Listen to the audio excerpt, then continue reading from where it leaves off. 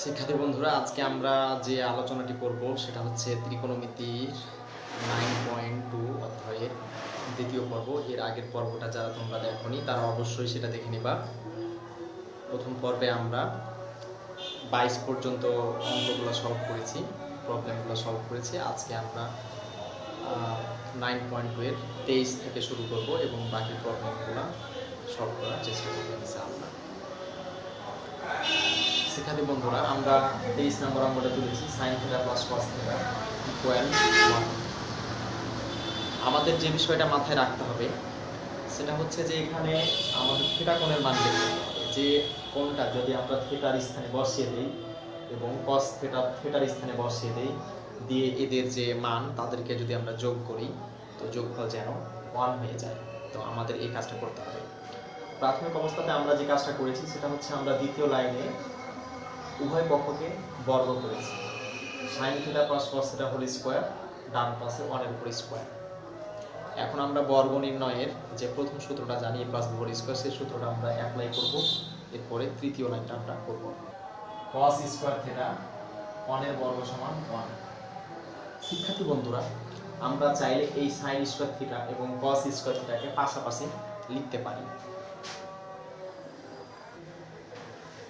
আমরা জানি sin square θ plus cos square θ সমান 1, সুতরাং আমাদের প্রথম যে দুইটা পদ sin square θ plus cos square θ এই জায়গাতে আমরা 1 লিখতে পারি।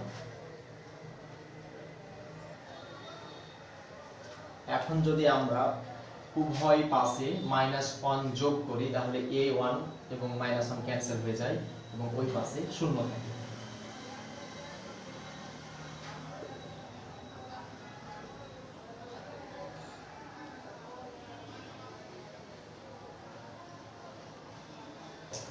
এখন আমরা চাইলে2 sin θ সমান একবার 0 লিখতে পারি এবং cos θ সমান একবার 0 লিখতে পারি। কেননা এই দুইটার যে কোনো একটার রেজাল্ট অবশ্যই 0 হওয়া লাগবে। যদি 0 না হয় তাহলে এই 0টা আসবে।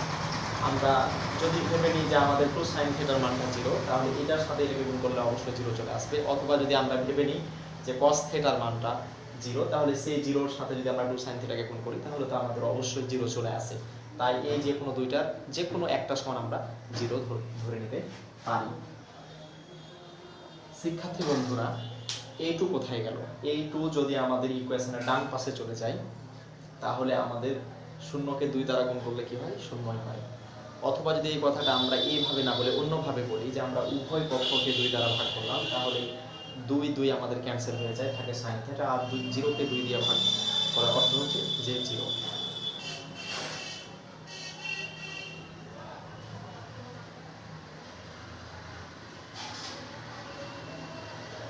শিক্ষার্থী বন্ধুরা, আমরা জানি যে sin 0 ডিগ্রির মান 0। উভয় পাশ থেকে sin ক্যান্সেল হয়ে যায়, এটা সমান 0।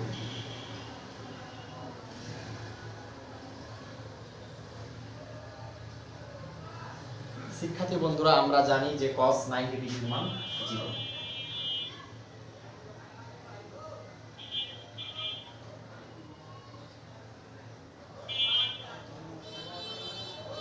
cos যদি ক্যান্সেল হয়ে যায় উভয় পক্ষ থেকে তাহলে থিটা সমান 90 ডিগ্রি। শিক্ষার্থী বন্ধুরা, আমরা যে প্রবলেমটা সলভ করলাম সেটা হচ্ছে sin θ প্লাস cos θ সমান 1। যদি আমরা cos θ থিটা কোণের জায়গায় যদি আমরা 0 ডিগ্রি বসাই এবং এইখানেও 0 ডিগ্রি বসাই তাহলে আমাদের যে রেজাল্টটা সেটা অবশ্যই 1 চলে আসবে। যদি আমরা 0 ডিগ্রি না বসিয়ে যদি আমরা উভয় ক্ষেত্রে থিটার স্থানে যদি আমরা 90 ডিগ্রি কোণ বসিয়ে হিসাব করে দেখি তাহলে অবশ্যই আমরা 1 পাবো। শিক্ষার্থী বন্ধুরা, চলো পরবর্তী প্রবলেমে যাই।